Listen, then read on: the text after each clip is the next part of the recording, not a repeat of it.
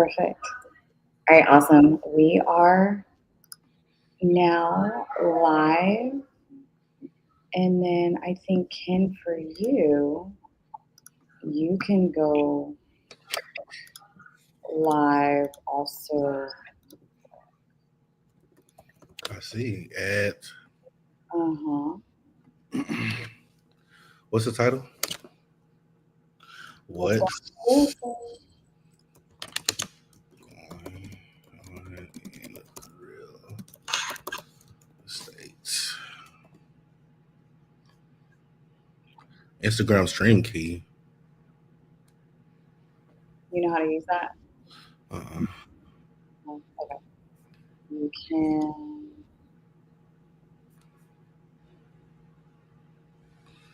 Instagram. yeah, try to. So the live key, like, I know that I enter it into my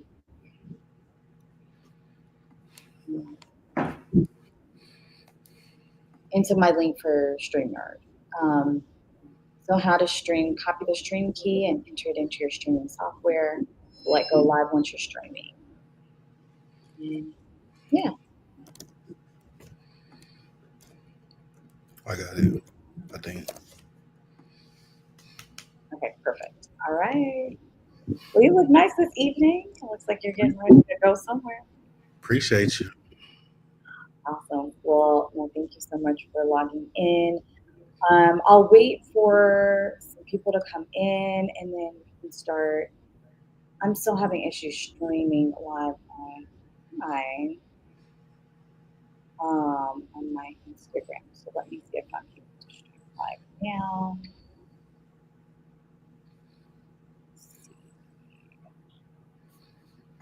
I'm gonna go from there. Okay. So what's happening in real estate is the topic. I think that this year, 2024, in all honesty, has been not only economically challenging, but a very different space for the real estate realm and how buyers and sellers are not only communicating with each other, but then Yeah. also how sales are being done, deals are being created, special financing, all of these different things. And so we can definitely start off with interest rates, which is what a lot of people are factoring their purchase decisions based on.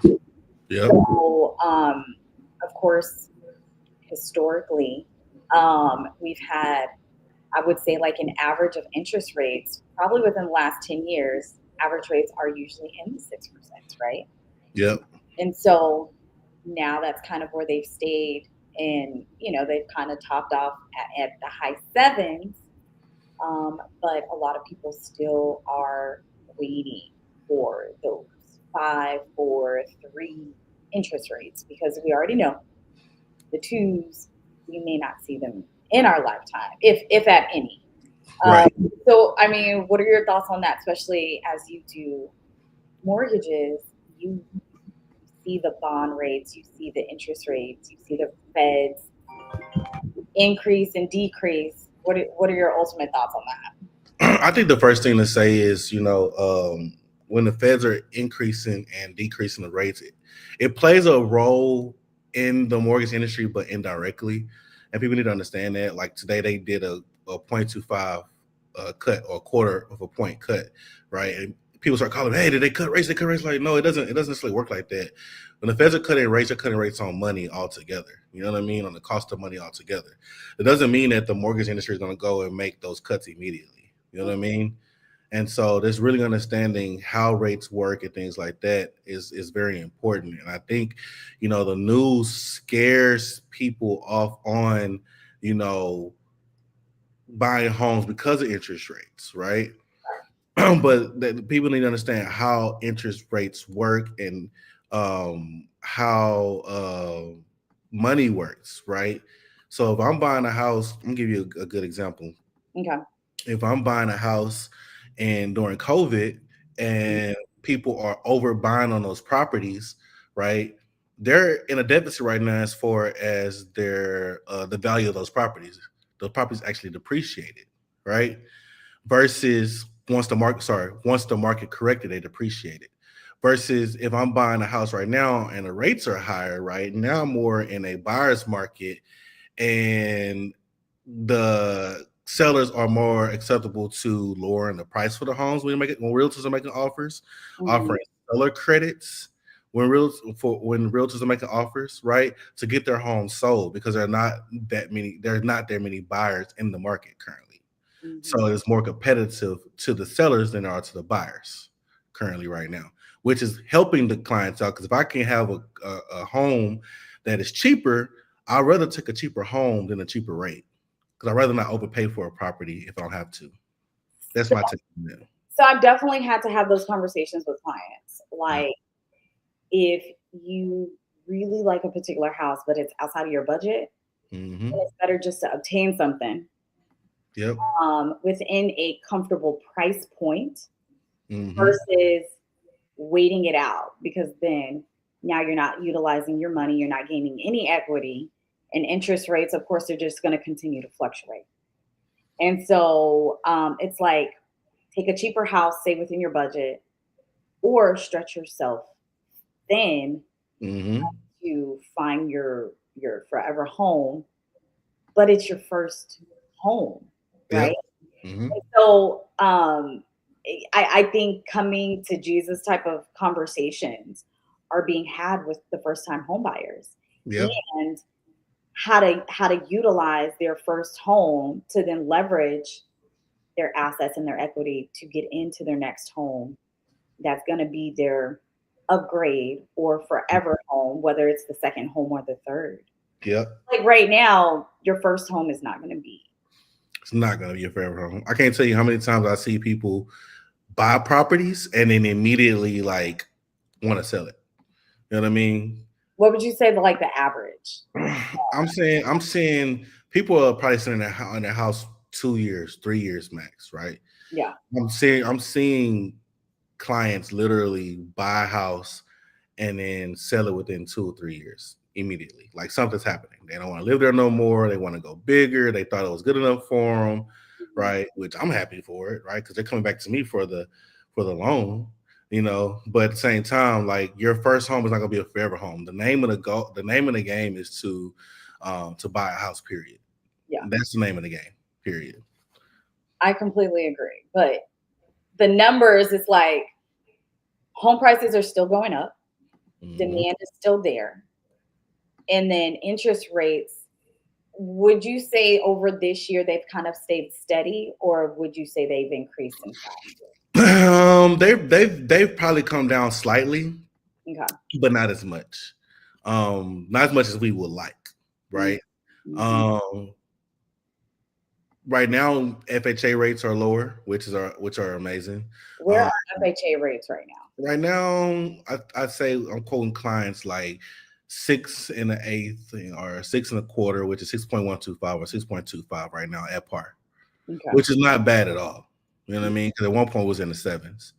Conventionals are still pretty high, like upper 6s and lower 7s, right? A couple weeks ago, those rates were like lower 6s. I quoted somebody at 5.99, right? But over this past week, rates have increased every single day. Every single day. Oh, this week? For the past couple weeks. Oh, for the past couple weeks. Okay. Every single day, I've seen rates increase.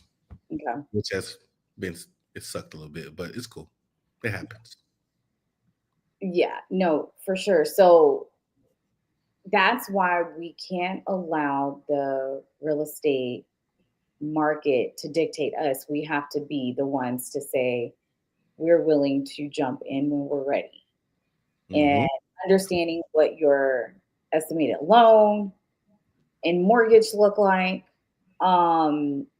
fitting within your budget is really important.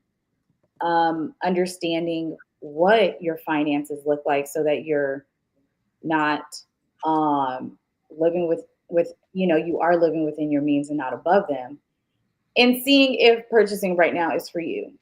And in all honesty, I will also tell clients, I'm like, If this market isn't for you, wait it out.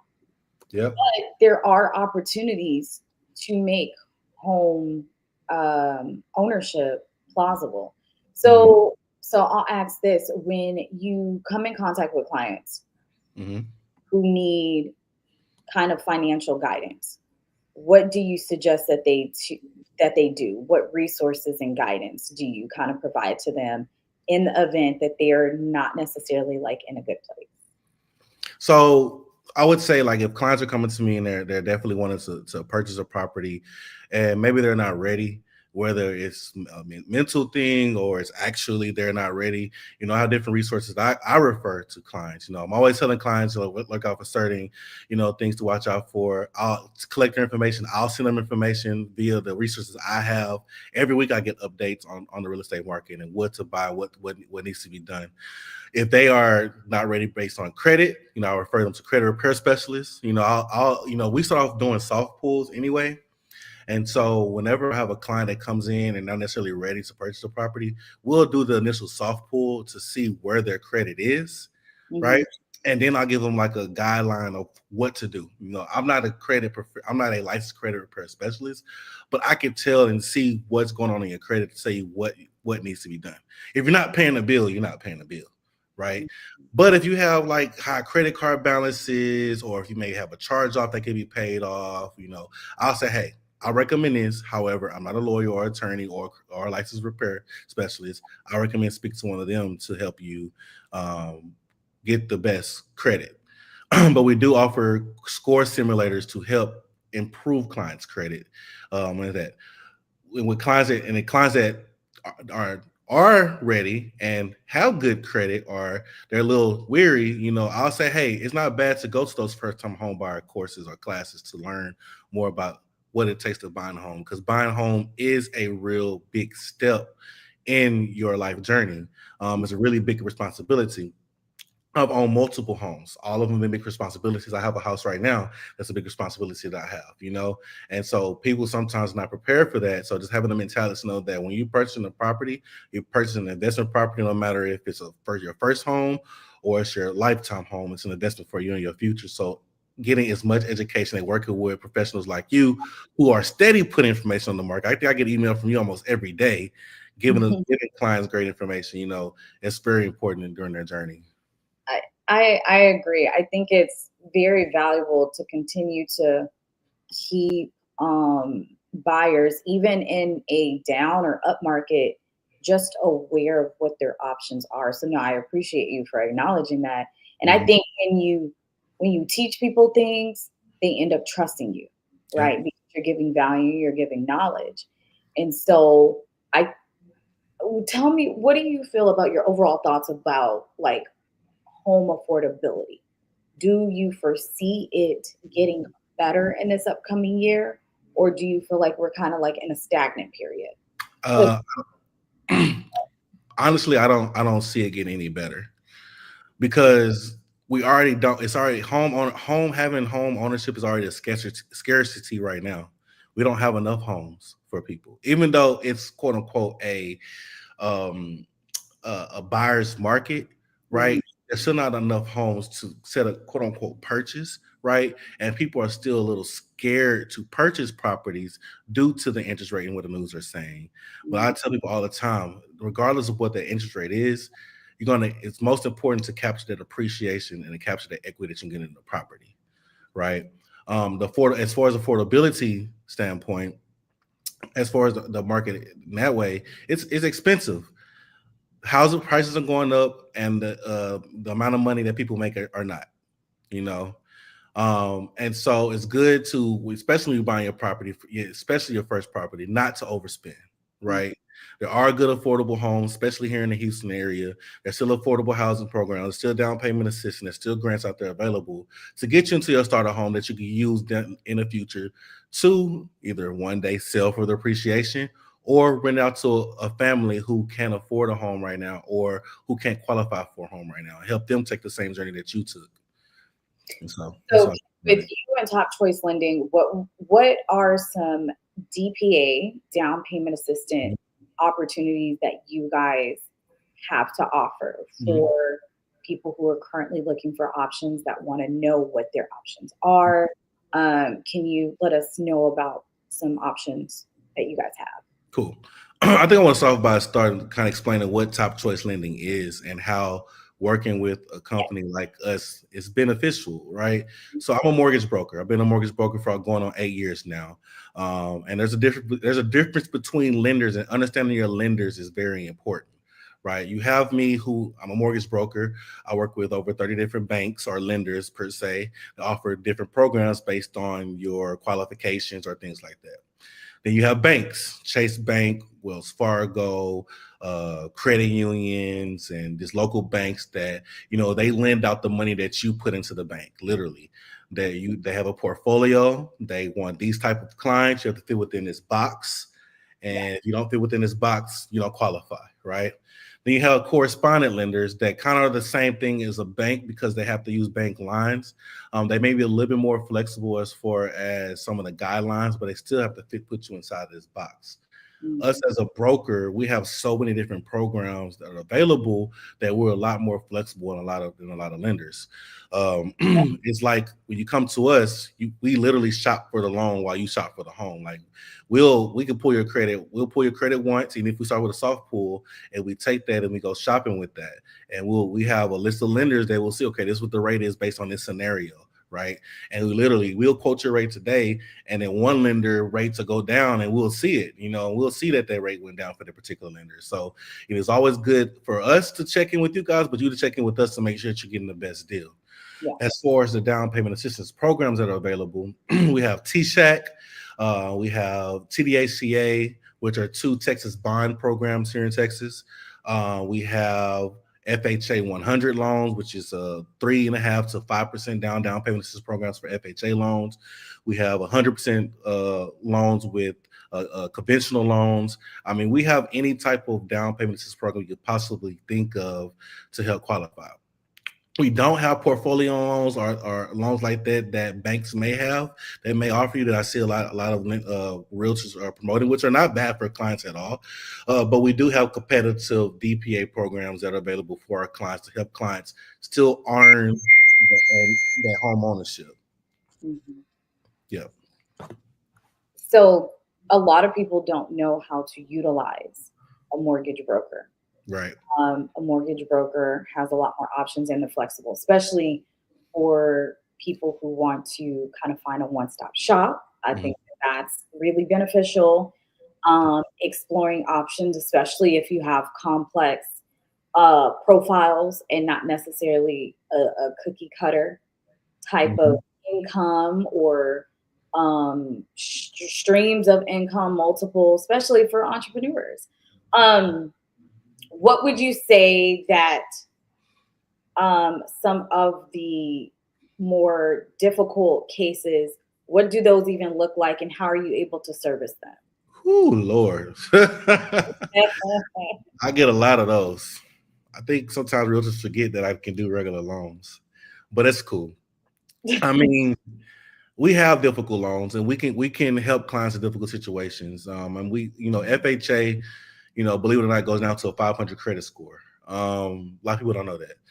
But you have to have money, and you have to have reserves for you to be able to qualify for that, because it's more risk to the bank. Conventional loans, we don't have overlays. When you hear a lender say overlays, they're talking about requirements that you may have. For example, a lot of people don't know that FHA goes down to a 500. That's because some of our lenders don't have those overlays. Some lenders that we work with do have those overlays. I have one particular lender that's only going to take those clients that fit within that box, right? And I have some lenders that are flexible. I have lenders for self-employed borrowers who may not have filed their taxes, or they may have wrote off too much, or they haven't filed taxes at all. I have, loans for those type of borrowers. I have loans for I'm starting to help a lot more celebrities and athletes out that just don't want to share their information. They just want to put a down payment down. They want to buy a house. Stated income loans, those are out there.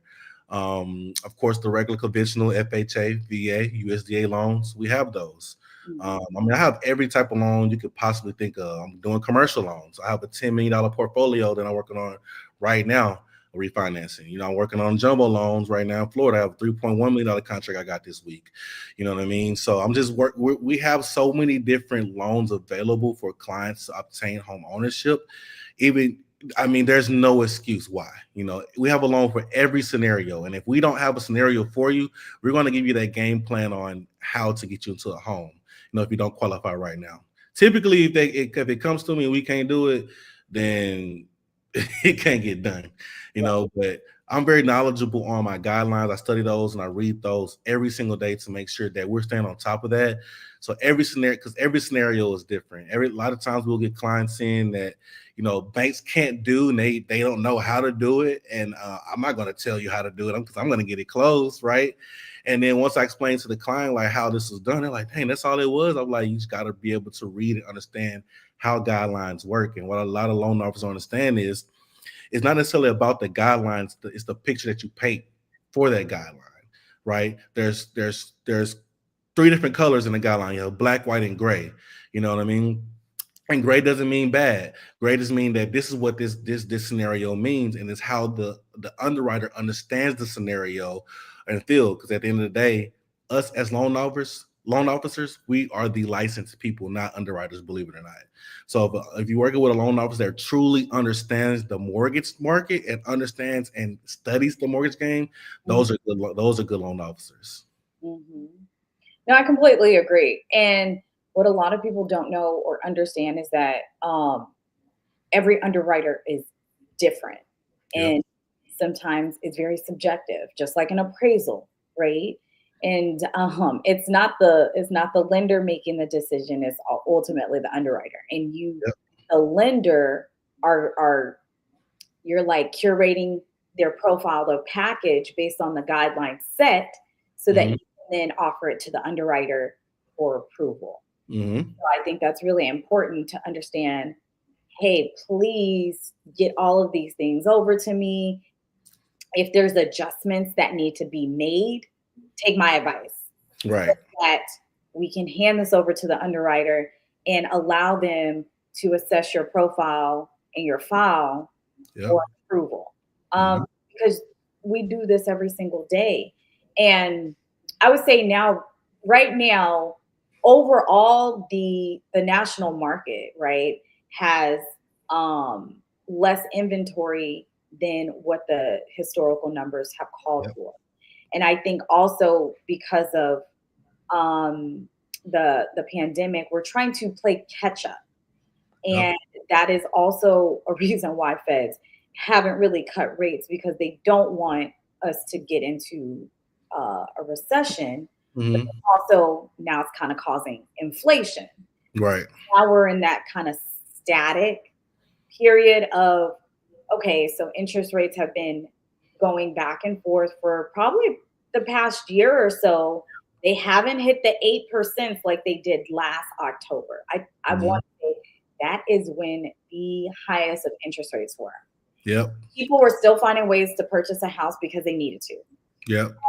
But also we still have an inventory shortage nationally.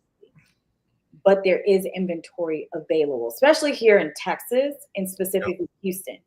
Houston has definitely been on the ranks of inventory availability. We're in a buyer's market. Yep. So buyers, we're in this market where we have a lot of inventory. Prices are higher than normal.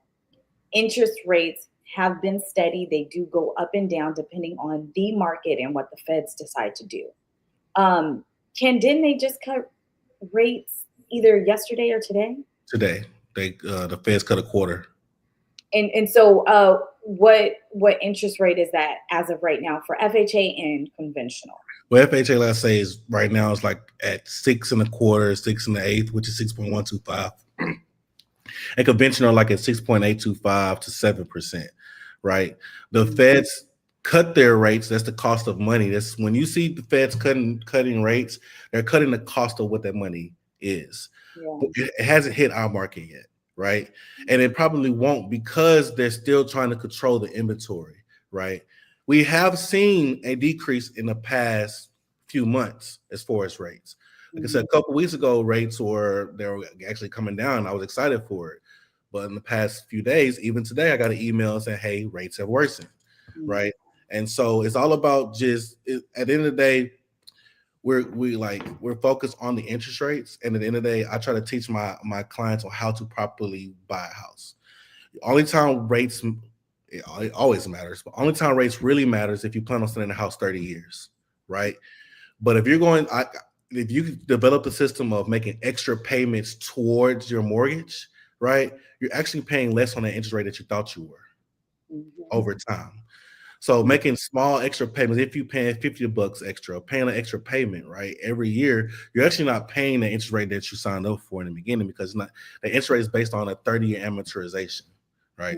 A lot of what I'm saying right now may go over a lot of people's head, but always hit me up and ask me questions about these, and I can break this down to you fully of what interest rate is, how it works, how APR works, and what you're really paying over time if you decide to make extra payments towards your mortgage. And I always recommend making extra payments towards your mortgage. Even my clients that want to do 15-year loans, I tell them don't. I say just pay what you're going to pay in that 15-year, but take a 30-year, and you're not paying the actual interest rate that you're paying because you're paying towards your principal.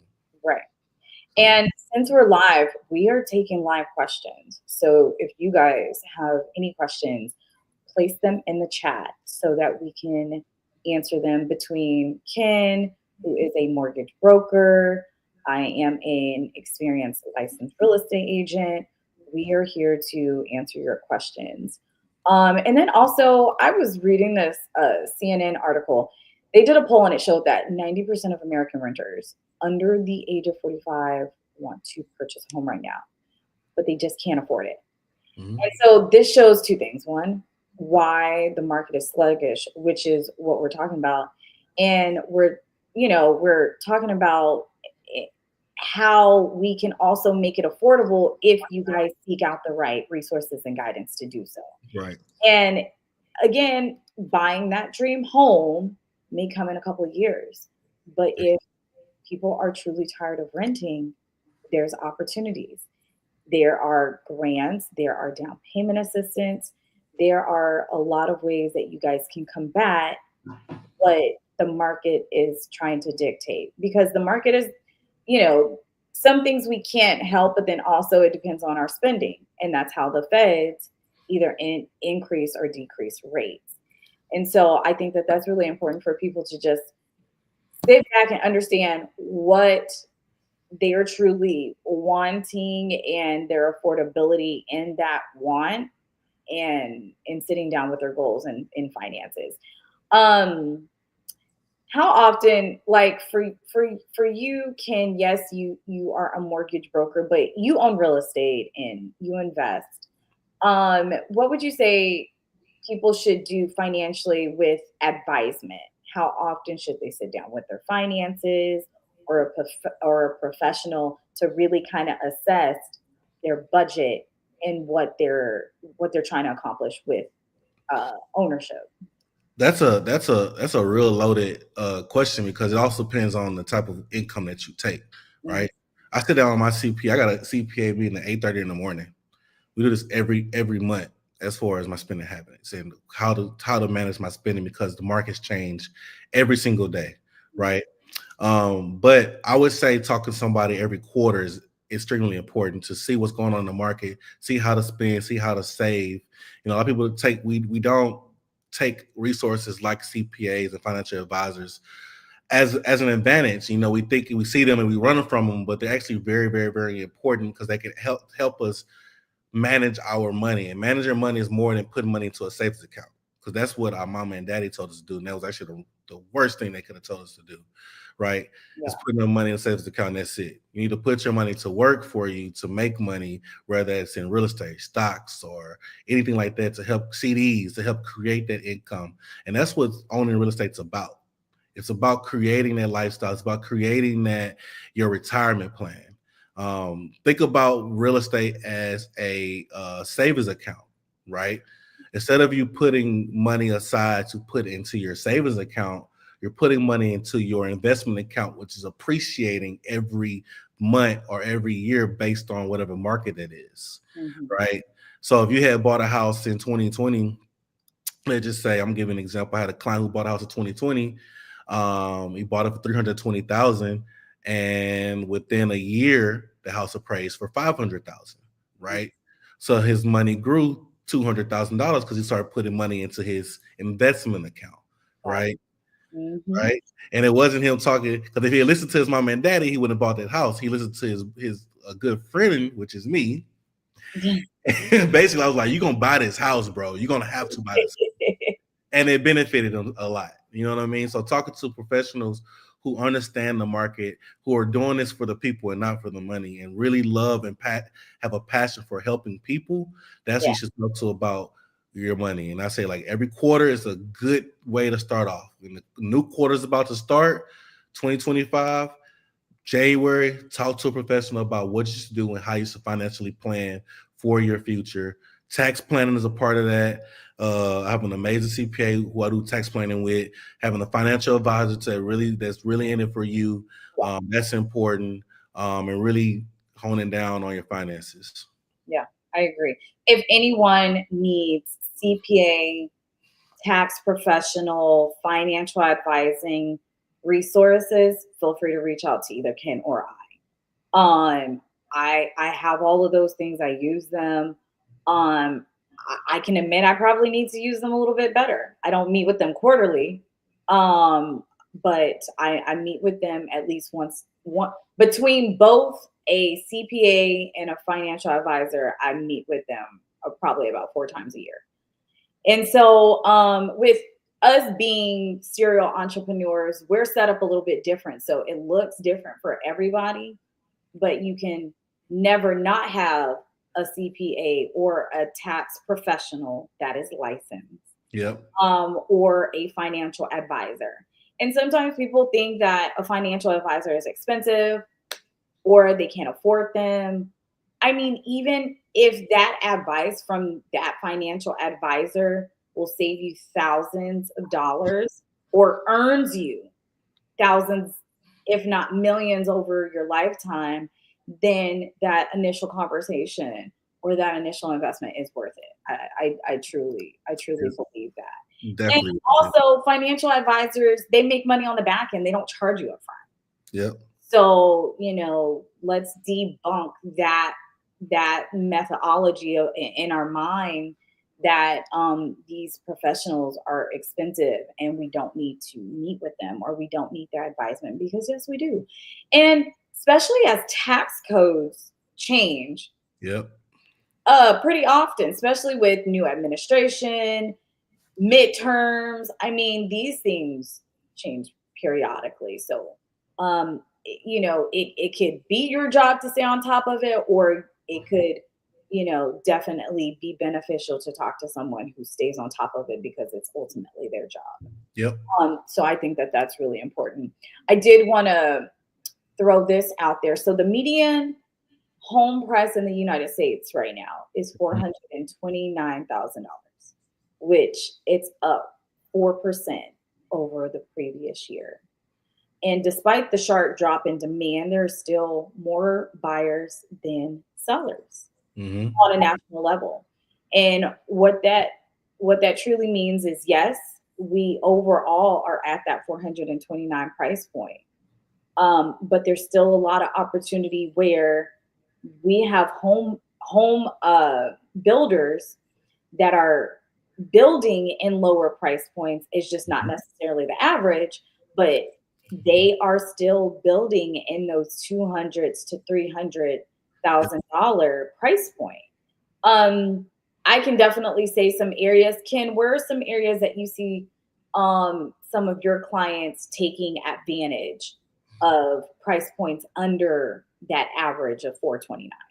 I know down was at Southern Palms with Ashley Mayberry Homes, 28, Grand Park Square with Kevin and Aisha Shelton. I know they're affordable housing builders. Even Lennar and DR Horton have some things like Express Homes that they do within those affordable housing. But the ones I know for sure are Kevin and Aisha Shelton and Mayberry, who are really working with the city of Houston to bring affordable housing, and still they're first of all, they're building homes in the loop, Yes.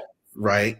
And they're at a good price point, and they're working with city of Houston programs to help clients qualify, like the $50,000 grant that the city of Houston still gives out every year to buyers. Still a great program. I'm an approved lender with them. I do those loans all the time. There's nothing wrong with them. Yeah. There's nothing wrong with those grants at all. And so those are areas that are going to continue to appreciate because they're located in the loop, in the city of Houston, and they're affordable. Yeah. And they're beautiful homes.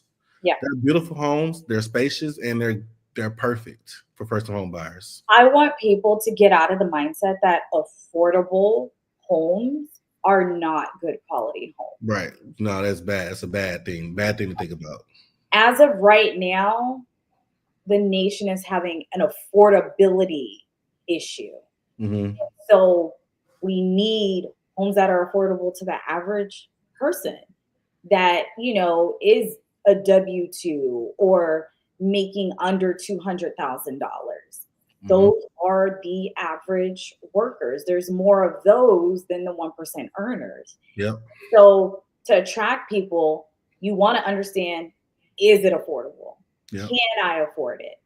What price point is it? Is it under the average price point? Mm-hmm. I would definitely say also Demetrius with the Wynwood Group, they have communities in development under $400,000 here in the inner city of Houston, the outskirts of the 610 Loop.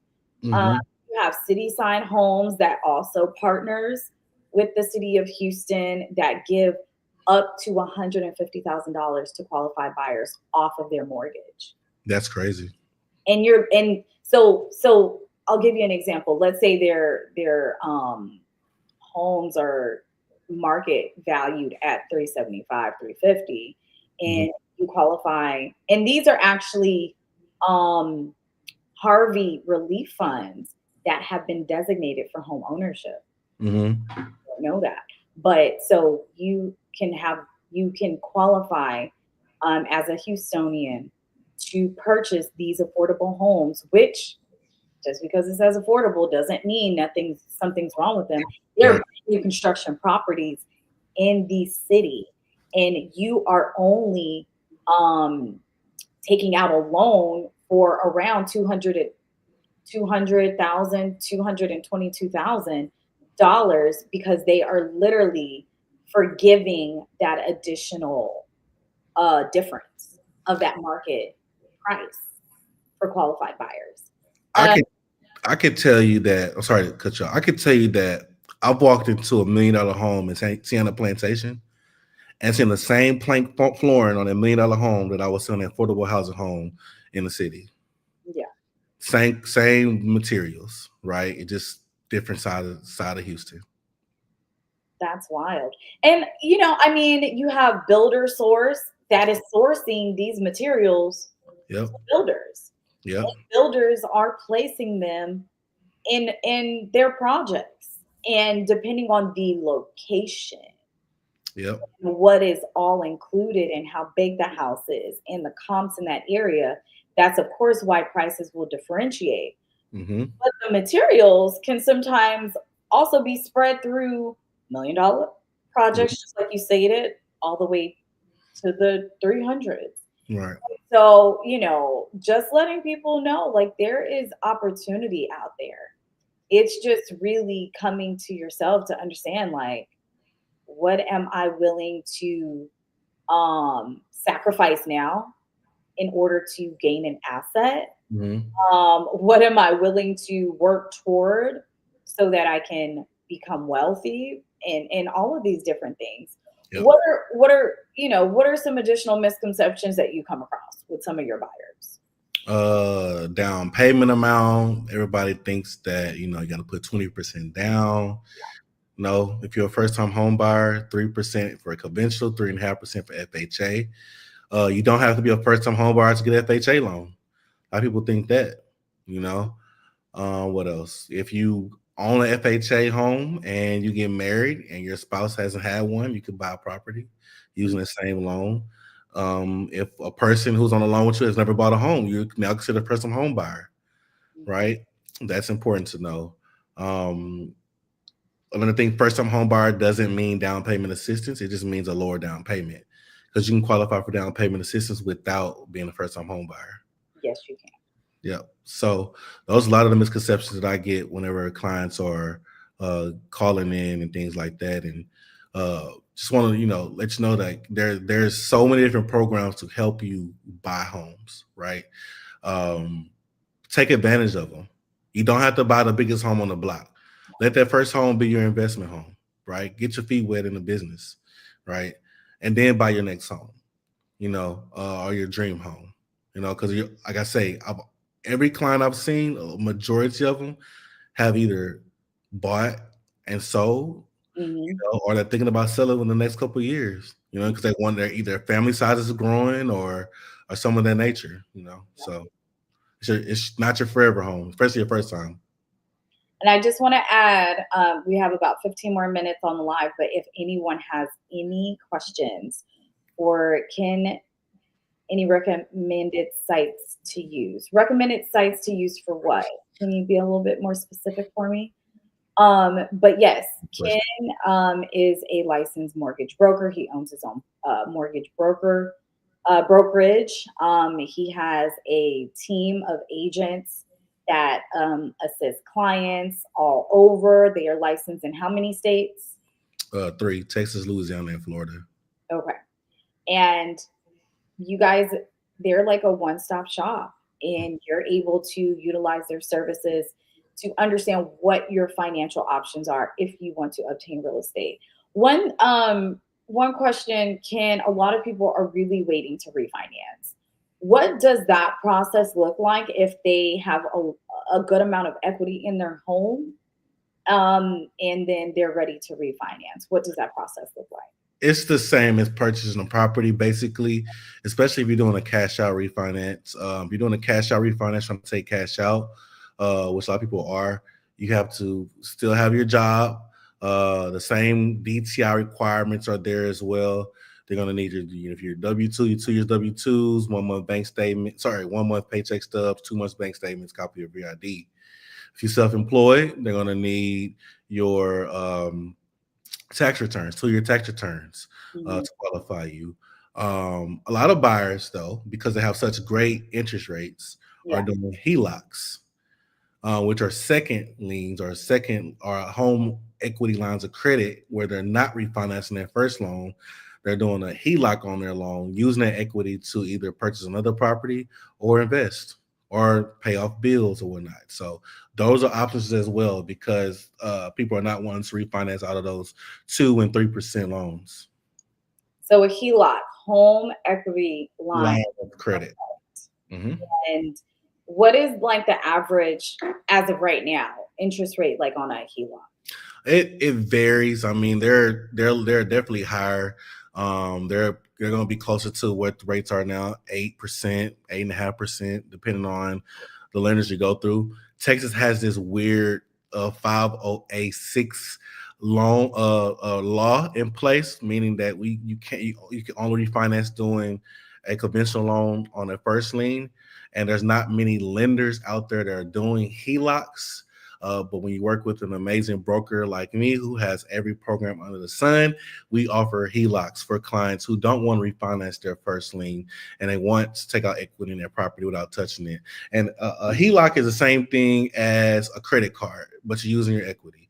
The money you use on it, you have to pay it back. And sometimes those HELOC terms are like 10 years as far as paying it back. And in the more you take out, let's just say if you have $100,000 line of credit, right, and you only use 50, you're only going to be paying on that 50. And as you pay that 50 down, and let's say you pay it down to 25,000, now you have $75,000 left on the HELOC, right? So it's just like using a credit card at this point. And technically it has better interest rates than credit cards, because the rates are only like at 8 or 9% versus a credit card interest rates 29.9%. You know what I mean? So It's better. Those are actually great options to use if you need to unlock your equity in the property to do whatever. You can use it for vacation. You can use it to pay off your bills, catch up. You don't have to refinance that first lien if you have an amazing interest rate on it. Yeah.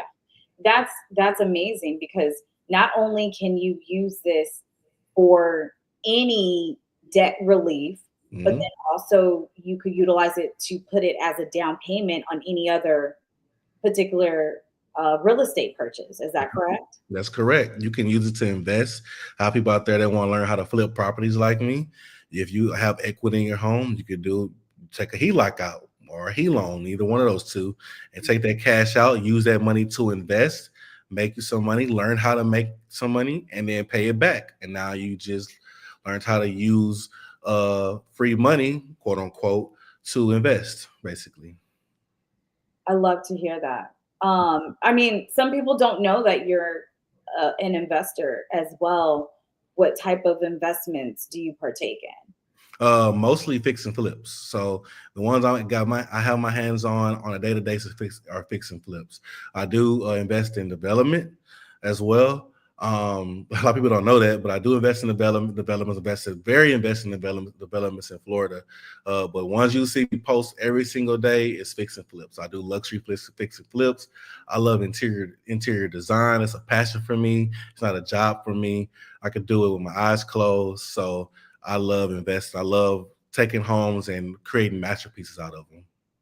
Yeah, I think that that's awesome. What got you into that, by the way? I was actually into interior design, believe it or not, more than anything. But then when I found out I can make money by buying a house and putting my own touch into selling it, it Mhm. just became my thing. And now I have a touch, and then people know my work. They know it's an amazing thing, and a lot of people think, like, oh, you have a designer that comes in. Not really. Like, it's all right here. I'll spend hours and hours and hours on Pinterest and Yeah, coming up with a design. I'm in my homes and I'm sitting there and I'm just imagining how would it feel if I lived in this home? How yeah, would it feel if somebody else lived in this home? What do they think? What would they think about it?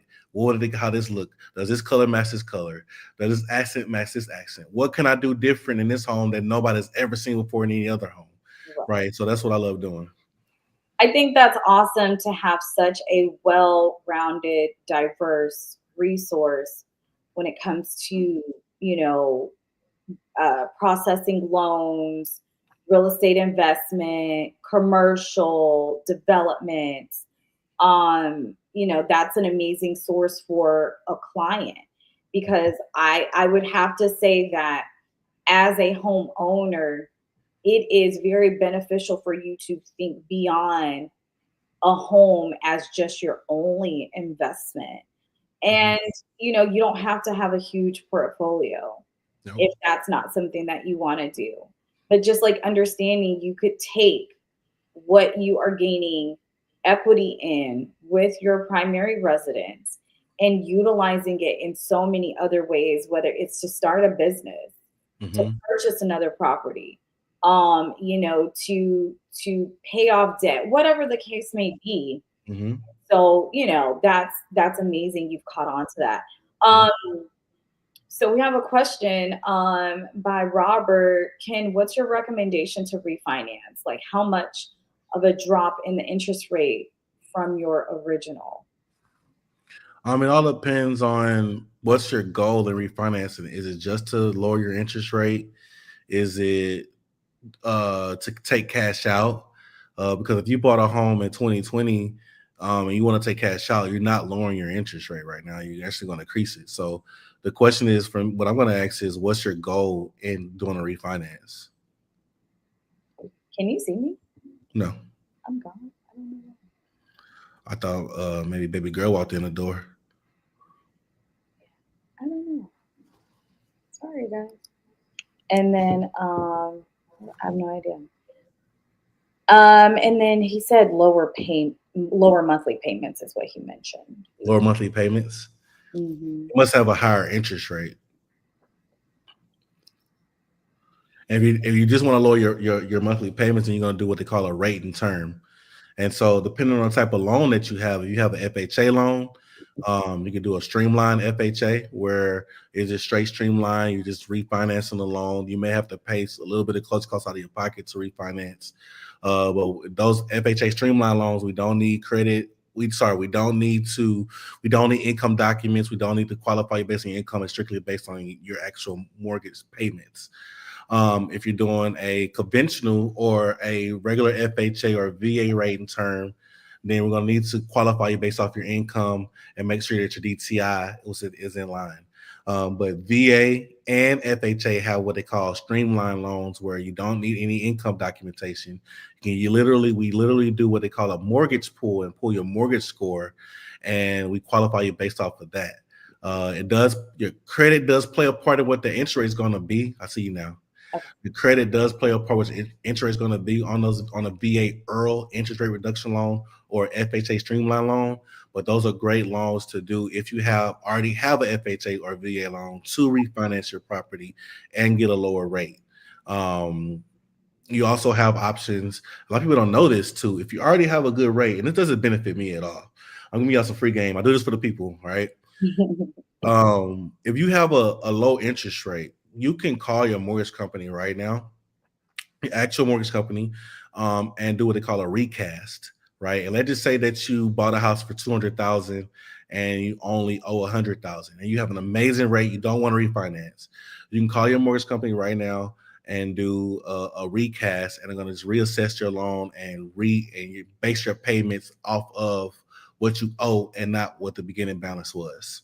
No, that doesn't benefit me, but I do this for you guys, and I want you guys to make sure that you save as much money as possible. And so call them directly, and they can help you out with that as well. So that may be an option for you too. Thank you so much. I hope that helps, Rob. If anyone has any questions before we log out at 9, please feel free to put them in the comment box. Thank you for being very interactive with us. We want to be able to utilize Ken's time, since he is experienced in all things real estate related. And as one of my preferred lenders, I can definitely attest that, Ken does everything to make sure we exhaust all options for clients, from the regular W-2 worker to the entrepreneur to anyone. I mean, and he has clientele that is in, the luxury, the entertainment, and the sports industries as well. And, sometimes they have things that they need to work on as well. Even though they may be paid highly, there is structure that goes behind all of these deals that have to be made. And having the right team and the right resources is really important, because you, want to make sure you're placing your money in the right opportunity asset. And so I think also too, by having, financial advisors and, mortgage brokers, and making sure that your tax professional is setting you up for success way beyond just the purchase of that one home, so that you can continue to duplicate this model. So no, I think that that's very beneficial in all of the ways. Is there anything that you want to leave with the people before we log out? Any predictions maybe for 2025? I know that that's a thing right now. Yeah. I honestly think the rates will come down slightly in 2025, giving us a better market. But I would say that if rates are coming down, then that means home prices are going to go up. So I recommend purchasing now, right? I'm always going to attest to that. I'm always going to say purchase now, because you want to make sure you capture that appreciation in the market. That's very important. You always can refinance your loan when the rates go down. You always can do that, right? So you want to capture appreciation. Don't wait. I can tell you one thing is home prices have not gone down at all, even with the increase of interest rates, right?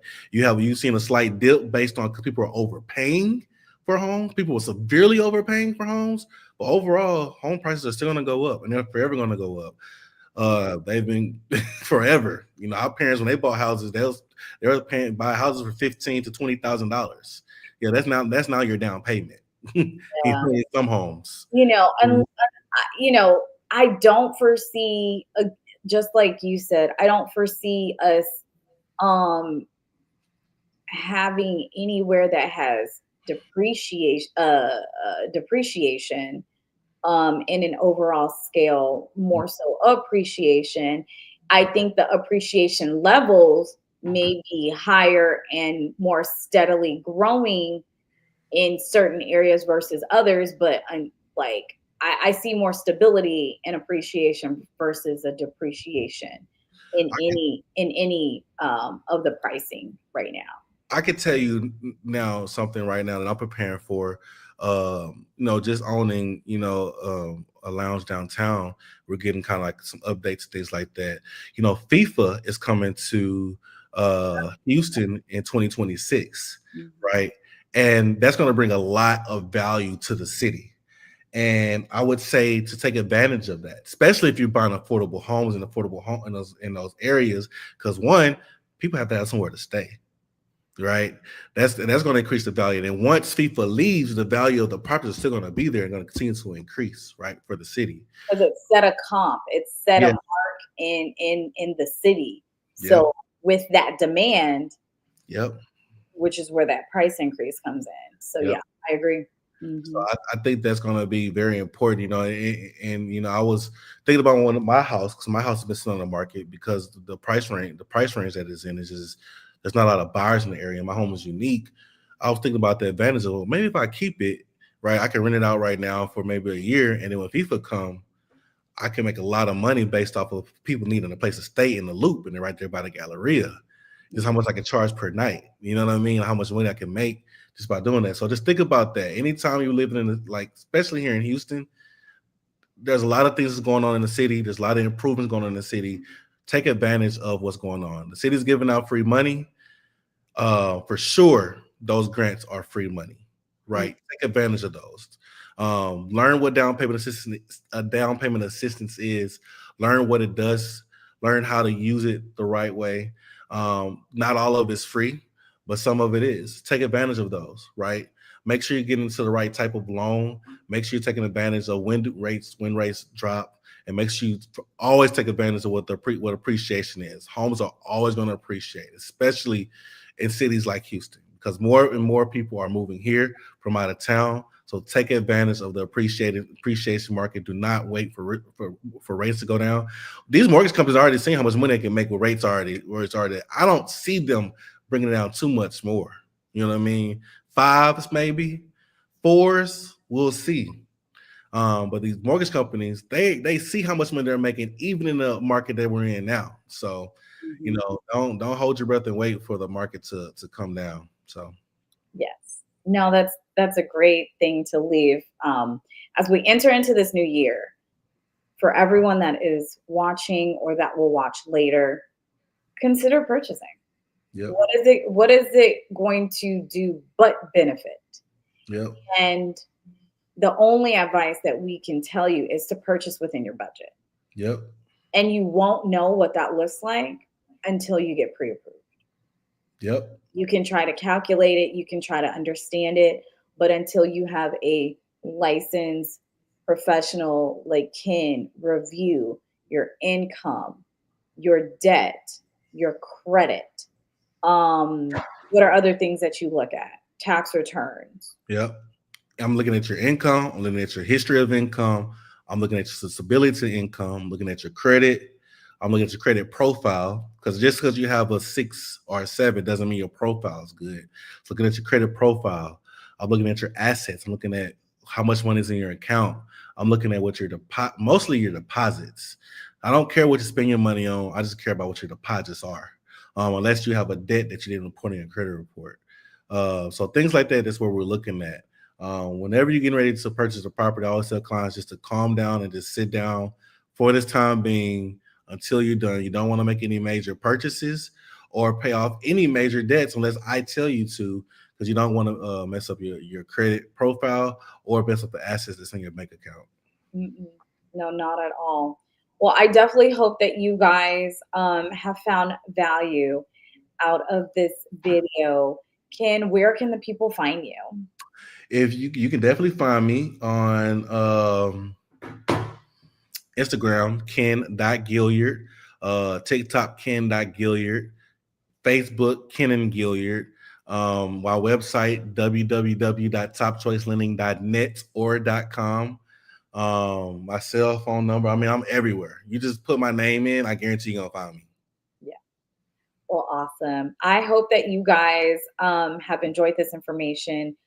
Please definitely take advantage of the resources that are right at your fingertips. Between Ken and I, we can get you to the closing table.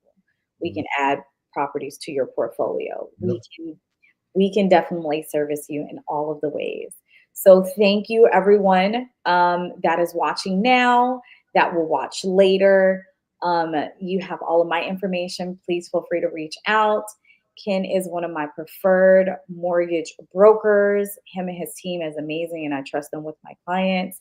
And it's always a good time working with people that you trust and know that's going to work hard and do everything that they can to make sure the client's needs are met. So Ken, I appreciate you always.